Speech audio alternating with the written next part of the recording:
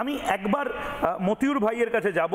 মতিউর রহমান, মতিউর দা, আপনাকে তো তৃণমূল কংগ্রেস ফেমাস করে দিল রিপাবলিক বাংলায়। আপনি লাইভ বসার পরে আপনাকে অনেকে এটাও বলছে যে ছদ্মবেশী কাউকে বসানো হয়নি তো, মানে রাষ্ট্রবাদের কথা, দেশের কথা, বাংলার কথা, বাংলার উন্নতির কথা বলতে গেলে এখন মতিউর রহমানদেরকে বলা হচ্ছে যে ছদ্মবেশী আবার কেউ নয় তো।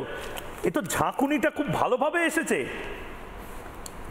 দাদা কি বলবো আপনাকে, অ্যাকচুয়ালি তৃণমূলের তো কাজে ওইটা, যখন কোনো রাষ্ট্রবাদী মুসলমান যখন এই তৃণমূল দুষ্কৃতী দলদার বিরুদ্ধে যখন কথা বলবে, তখন তো তারা চাবে যে যারা রাষ্ট্রবাদী মুসলমান, যারা এই তৃণমূলের থেকে আস্তে আস্তে সরে এসছে, তৃণমূলের যে তুষ্টিকরণের রাজনীতি, এই যে বাংলাদেশি রোহিঙ্গা অনুপ্রবেশকারী ঘুষপেট্টিদের নিয়ে এই যে তৃণমূল আজকে 14 বছর ধরে ক্ষমতায় আছে, তারা তো বুঝতে পেরেছে যে এখন ভারতীয় রাষ্ট্রবাদী মুসলমানরা যেইভাবে দিনের পর দিন ভারতীয় জনতা পার্টির সাথে ছিল এবং আছে এবং থাকবে, তাতে তো আগামী 2026-এ তৃণমূলের পা থেকে জমিন দিনের পর দিন সরে যাচ্ছে। আপনাদের চ্যানেলে আমরাও দেখছি, বিভিন্ন চ্যানেলেও দেখছি আজকে কিভাবে এই তৃণমূলের নেতাদের ছত্র ছায়ায় পশ্চিম বাংলায় বিভিন্ন জায়গায় এই মানে কলকাতার মতো শহরে কিভাবে এই বাংলাদেশি রোহিঙ্গা অনুপ্রবেশকারীরা কিভাবে আজকে 10 বছর 12 বছর ধরে ঘাঁটি গেড়ে বসেছে। এটাই হচ্ছে অ্যাকচুয়ালি মানে তৃণমূলের ভোট ব্যাংক। আজকে তারা যখনই শুনেছে যে পশ্চিমবাংলায় এসআর হচ্ছে, তখনই কিন্তু তারা মানে জিনিসপত্র গুছায় তারা এখান থেকে পালানো শুরু হয়েছে। তারা বুঝতে পেরেছে যে আগামী দিনে যেই সরকারের আমলে, এই তৃণমূলের সরকারের আমলে আমরা বাংলাদেশ থেকে পশ্চিমবাংলায় এসেছি, আবার এই সরকারে যেহেতু পশ্চিমবাংলা আগামী দিনে থাকবে না, তাতে আমরাও আর থাকতে পারবো না। যেভাবে এসআর হচ্ছে, এই তৃণমূলের 2026-এ বিসর্জন হবে। এই জন্য ওরা বুঝতে পেরেছে যে আমাদের জেলে যেতে হবে, নাহলে ডিটেনশন ক্যাম্পে চলে যেতে হবে।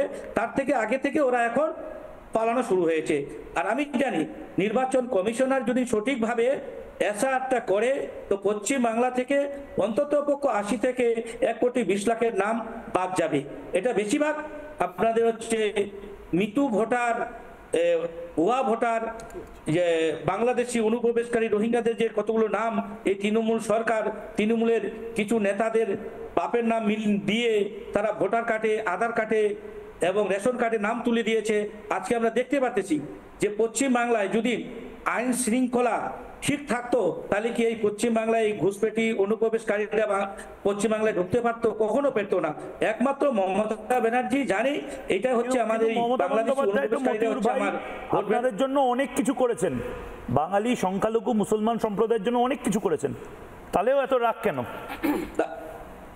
দাদা উনি করেছে, শুধু বড় বড় ভাষণবাজি মারিছে, বড় বড় শুধু ওই স্টেজের উপরে মুসলমানদের জন্য এই করে দিব, ওই করে দিব, তাছাড়া কিছু করেনি। দাদা মুসলমানের জন্য আজকে দেখা পশ্চিমবাংলার মধ্যে কোনো একটা বড় মাদ্রাসা করেছে, বড় একটা মুসলমানের জন্য একটা কলেজ ইউনিভার্সিটি করেছে, কিচ্ছু করেনি দাদা। শুধু আমাদেরকে ললিপপ ধরিয়ে রেখেছে পশ্চিমবাংলায় মুসলমানদের, তাছাড়া কিচ্ছু করেনি। যা করেছে উনি নিজের স্বার্থের জন্য করেছে, উনি ওনার তৃণমূলের নেতাদের জন্য করেছে।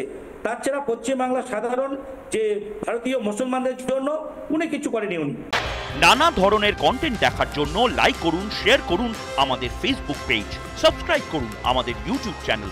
পাশাপাশি অন্যান্য ব্রেকিং নিউজের জন্য অবশ্যই চোখ রাখুন রিপাবলিক বাংলায়।